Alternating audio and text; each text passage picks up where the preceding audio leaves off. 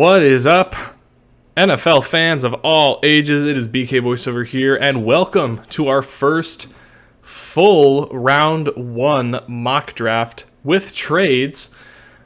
Welcome one and all to the channel. I hope you guys are having a fantastic weekend. We are less than 2 weeks away from the draft, 11 days to be exact, and it is, aside from the regular season, the best time of the year for so many people.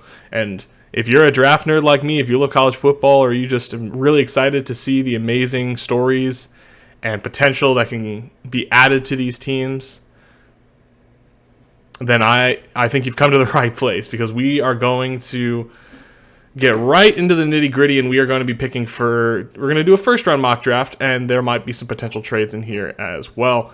So without further ado, we will go ahead and get started. Actually, there is a further ado. As always, be sure to like and subscribe to the channel if you like the content and you want to see more. In addition to that, we are going to be live streaming the entire first day of the NFL draft. So you guys can stop by, we can chat about the picks, you can see my reactions. I think it's going to be a fantastic time. Be sure to be subscribed to the channel and hit the bell icon to be notified when I go live. And without further ado, we will go ahead and get started. So, Panthers up at 1. They've already traded up with the Bears to number 1. Bears got a haul for trading back. But the Panthers, I think this is, without a doubt, a quarterback. You're not trading up to the number 1 overall pick all the way from 9 if this is not a quarterback. And they desperately need one. There has been some buzz about Anthony Richardson potentially going here at 1. I don't think that's the case. I think Anthony Richardson is the most physically talented athlete at quarterback in this class. But he is still a very raw prospect. He's very inexperienced. He's going to need a year or two behind a veteran to develop in the NFL. So I think he is not worthy of the first overall pick in this case. I think it's going to come down to either Bryce Young or CJ Stroud. Bryce Young definitely has a lot of the good intangibles you look for. He's a very fantastic quarterback. Won the Heisman. The big downside is his size. It's always been his size. Nobody has ever doubted his ability. It's always been his size. It says 6 foot here. He is not 6 foot. He measured in at barely 5'10" at the combine. Weighed in at 204, but he must have chugged like a big thing of water beforehand, because there is no way he is going to sustain 204. So anyways, I think it'll come down to either CJ Stroud or Bryce Young, but I think the Panthers have already decided on their guy. I think they are going to take CJ Stroud here at number 1 overall. Most definitely. All right, now it gets a little bit more interesting here at the Texans. So we've kind of, for the majority of the offseason, had the understanding that, this is probably this has to be a quarterback, right? Who else could they go? Well, there is some buzz. They could be thinking about Will Anderson. I kind of see where they're getting that from. D'Amico Ryan's new head coach, defensive-minded head coach. But I think that they have had way too much instability at the quarterback level. I think they need to get better at the position, and I think Bryce Young will fit in and be their day 1 starter for sure. All right, next up, we got the Arizona Cardinals. They could sit pat and take, I think, the best player in the entire draft in Will Anderson Jr., but let's be honest with ourselves. The Cardinals could very well be the worst team in all of football next year, and they have way more holes to fill than just on the edge. So I think this is absolutely a prime trade down for a quarterback needy team. So let's kind of take a look at, and the team that I have in mind is the Tennessee Titans. So I'm thinking pick 11, their second round pick, plus their first rounder. I don't think it's worth a 2024 first rounder is worth that much, but I think this could get it done. So the pick 11, a 2024 first round pick, and their second round pick. They might need to throw a little something extra, maybe a 2024 third round pick. I think that gets it done. So the Tennessee Titans are now up at pick number 3, and they already have Tannehill. They already have a good veteran that Anthony Richardson can sit behind, and that is why I think Anthony Richardson is going to go here at number 3 to the Tennessee Titans. I think it's pretty obvious that Malik Willis is not the guy. And Tannehill, you can move off of Tannehill after this season and save a ton of money, and I think Anthony Richardson has a much higher ceiling than any of them. So Anthony Richardson going to the Titans here at 3. Next up, Indianapolis Colts. I think that they get the quarterback that they've kind of been eyeing the entire offseason, and that is Will Levis. I mean, definitely some concerns about his production, but he has a cannon of an arm, has some issues in the pocket, but additionally played in a pro-style offense.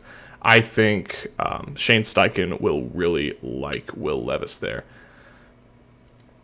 Coming in at 5, it's Juan QB, and this is basically the dream scenario here for the Seattle Seahawks. Will Anderson Jr. has fallen to them at 5. With the concerns about Jalen Carter's character, his conditioning, it's understandably turned some teams off, and I think it has cemented Will Anderson Jr. as undoubtedly the best defensive player in this entire draft. So we are going to go Will Anderson Jr. here. Seattle gets a fantastic outside linebacker in their 3-4 scheme to pair up with Uchenna Nwosu, Darrell Taylor, and Boye Mafe. That is going to be a lethal pass rush rotation. And now at 6, Jalen Carter falls right into the lap of the Lions. I think he is going to a good ascending team. He is very talented. He does have the character concerns, obviously, some conditioning concerns, but I think that he will be a good fit for that Lions team. I think he will find a home there with Dan Campbell, and I think he is going to be a game wrecker for that interior. Next up, we got the Raiders. They went in the offseason. They went out and got their quarterback of the future. They got rid of Derek Carr and got a worse version of Derek Carr in Jimmy Garoppolo, but they don't really. So again, the top 4 quarterbacks are gone, so they don't really have a massive need for a quarterback right now. But they do need some help along the offensive line. Alex Leatherwood was a bust. They waived him after 1 year. So I think you could go offensive tackle here. You could also make an argument for defensive line or edge. But you've already had 2 of the best defensive linemen go off the board already. And it's like, do you want the third best? Well, I guess Will Anderson's more of an outside linebacker. So do you want the second best defensive lineman, or do you want the best offensive tackle in the game or in the draft? And in my opinion, that is Paris Johnson Jr., tackle out of Ohio State. He's not the most fleshed out or clean prospect, but he has insane measurables for his size. I think he is going to be a stalwart at right tackle for them. All right, moving down to the Atlanta Falcons. The Atlanta Falcons have quite a few needs. In this scenario, they did have a very lackluster pass rush last year. Arnold Ebiketie had a good rookie year. Grady Jarrett on the interior. They did sign David Onyemata. In the offseason, they got, who else did they get? They got Calais Campbell. So they have a couple of pretty decent defensive line options for them to help develop. So they could go defensive line. They did trade. They have A.J. Terrell on one side. I would say cornerback here makes a lot of sense.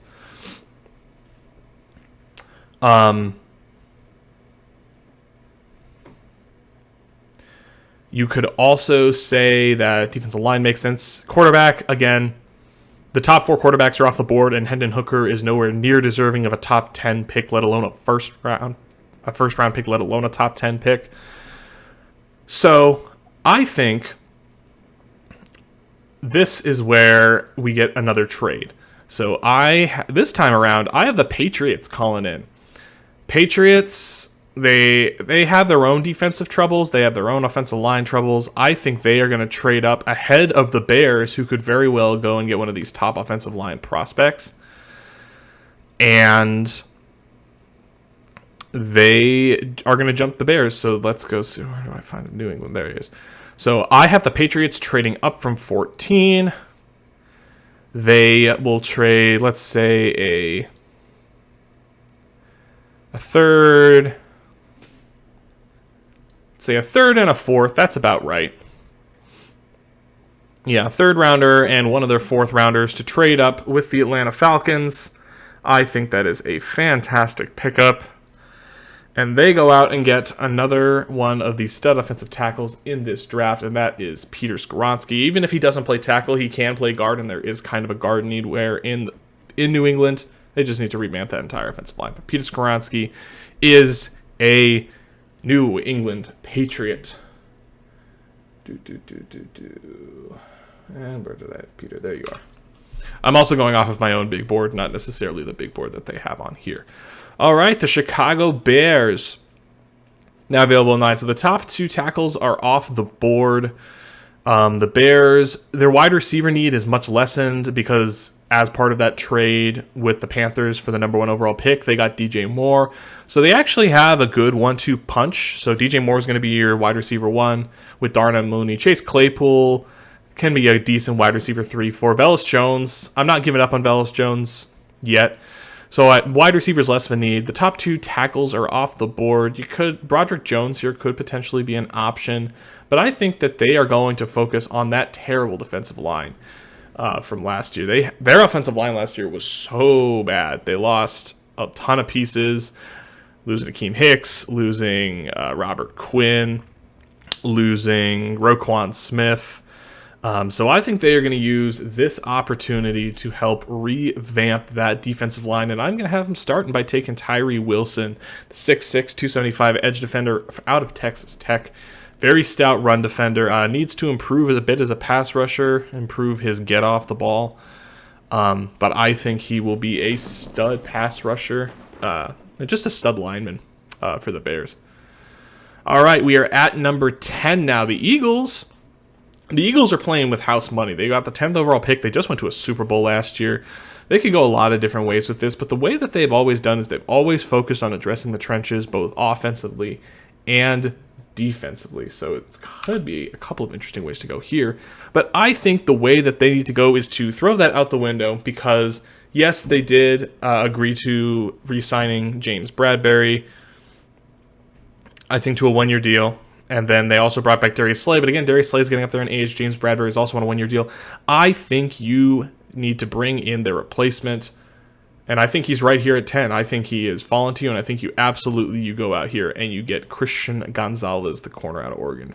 Super smooth hips. He's a ball hawk. He dominated the Pac-12. I think he is a very physically gifted corner. The most gifted corner in this class. Fantastic pickup for the Eagles here at 10. And next up, we got the Cardinals picking here at 11. Could go a couple of different ways. You did lose J.J. Watt. He retired. You've lost your starting corner in Byron Murphy. Now Budda Baker wants out. You lost Zach Allen.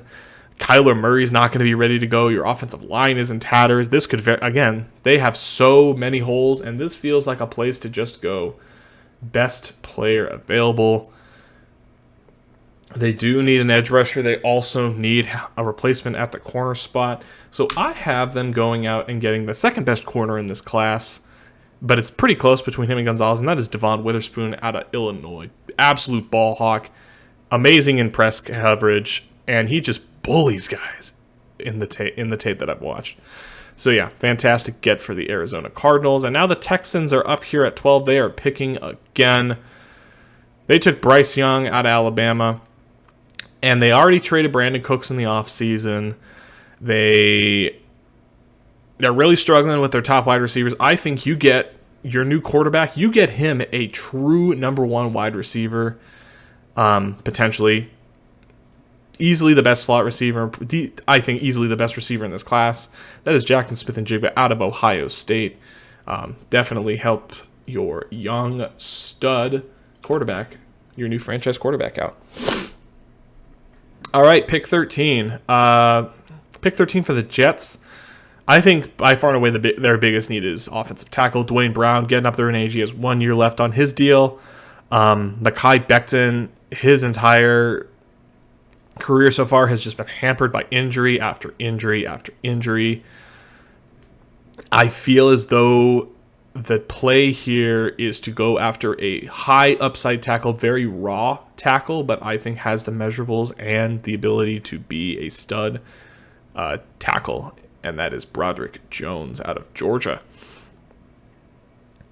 Next up, pick 14. The Falcons are back at 14, and there's still plenty of good options on the defensive line for them.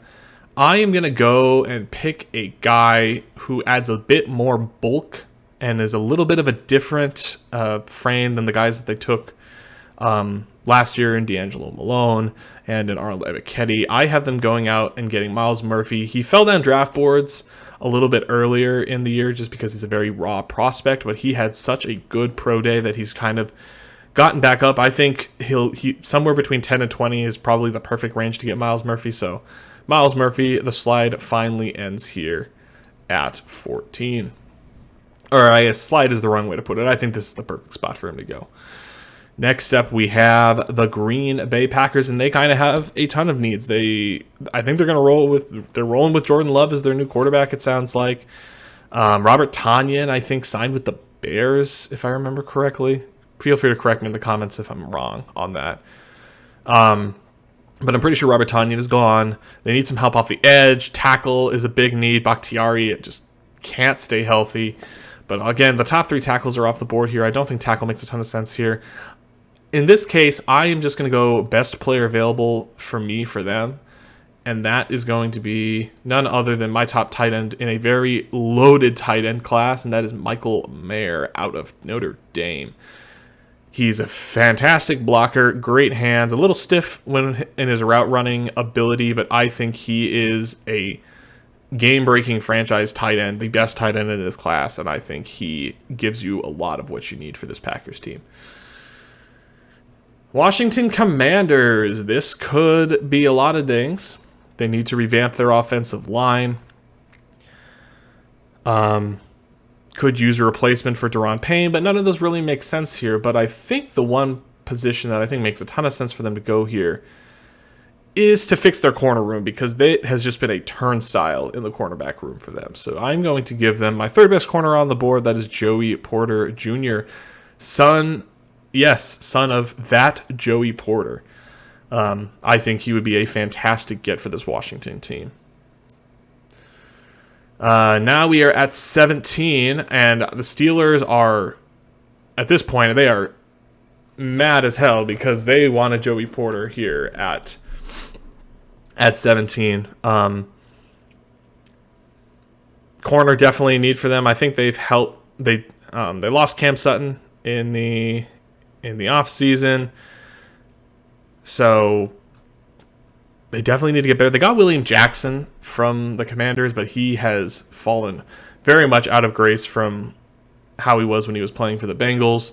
So I think that we are going to go here and try and shore up that offensive line with my fourth best tackle in the draft, and that is Darnell Wright. Mike Tomlin was all over Darnell at the Senior Bowl. He was keeping an eye on him and DeJuan Jones, and I think Darnell Wright has the potential to play either left or right tackle spot. Fantastic get for this Steelers organization. All right, let's just make sure that I'm up to date on my big board. 3, 4, 5, 6, 7, 8, 9, 10, 11, 12, 13, 14, 15. Who am I missing? I'm missing Darnell, and I'm missing Broderick. There we go. Okay, so now we are all set.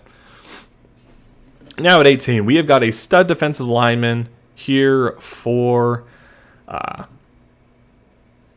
Lions, but they did trade away Jeff Okudah. They did bring in Emmanuel Mosley and Cam Sutton to be a good corner duo. Kirby Joseph has been a good safety for them. I think they could go a lot of ways here. I think corner does make a bit of sense here.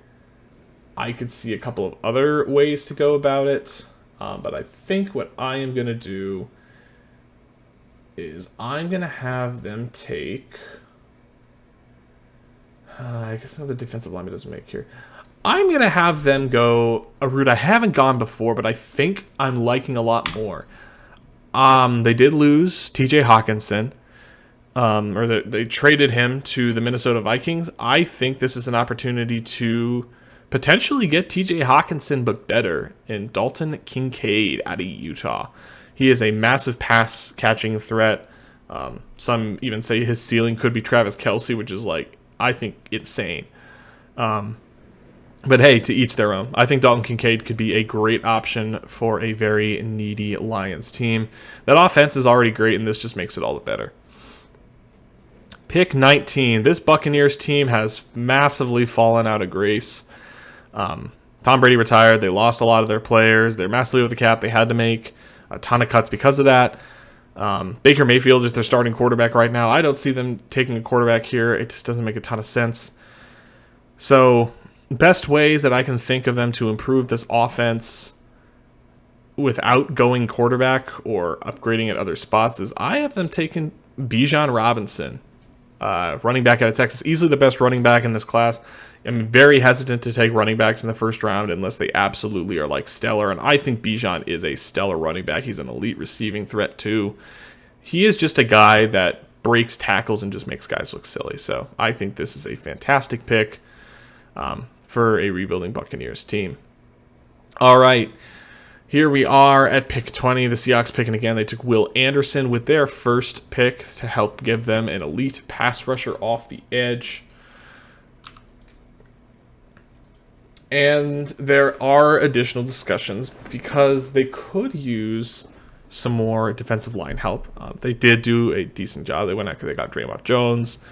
They went out and brought back Jaron Reed, but they did cut Shelby Harris, Quentin Jefferson, and Al Woods. They still need to rebuild that defensive line a ton. And here I am going to take a guy who doesn't have anywhere near the hype that he did before,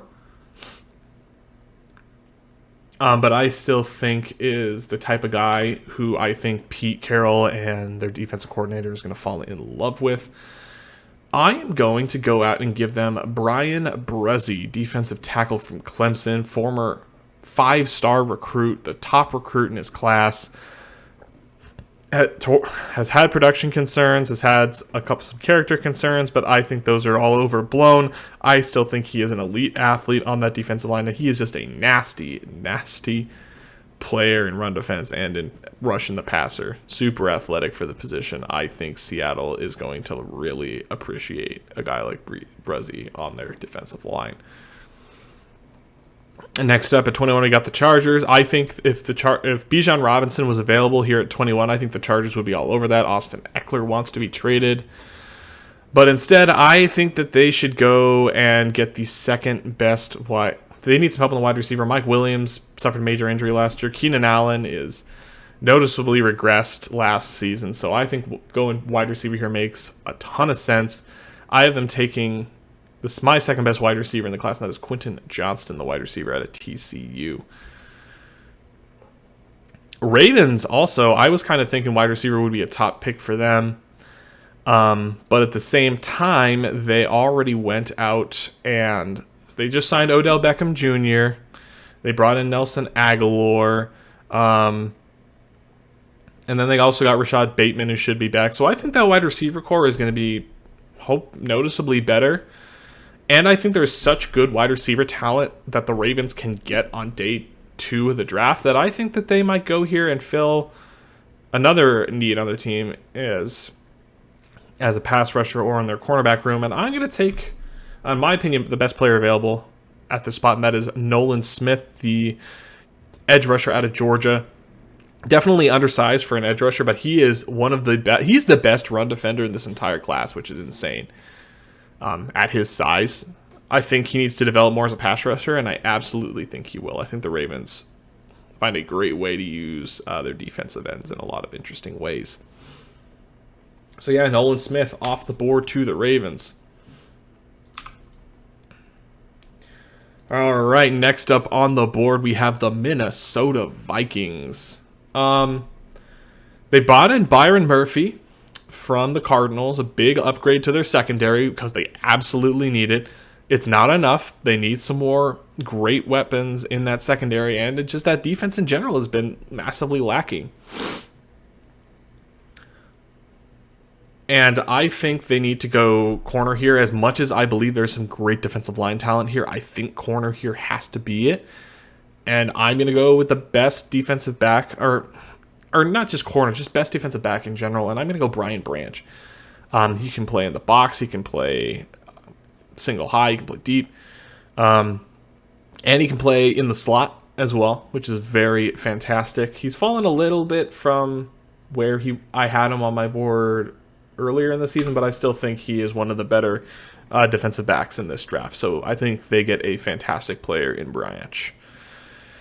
Next up, Jacksonville Jaguars. They are coming off a fantastic year. They made the playoffs and they won a playoff game. I think they are riding very high. Trevor Lawrence has really come into his own.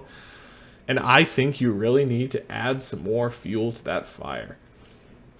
Could also go on defense. But think of it like this. They lost Juwan Taylor. I think their plan is to put Walker Little at right tackle. Cam Robinson is still going to be your left tackle, so I think that could be okay. But the interior of that offensive line, excuse me, could also be a reasonable spot for improvement. So here's what I'm thinking. I don't think tight end works here. They don't really need a running back. Another defensive back could actually work out well here. I think they could use some more help at the corner spot. Actually, I think that's exactly what I'm going to do. I'm going to give them some more support here at the corner. I'm going to give them Deonte Banks out of Maryland. Definitely has improved his stock a ton this offseason.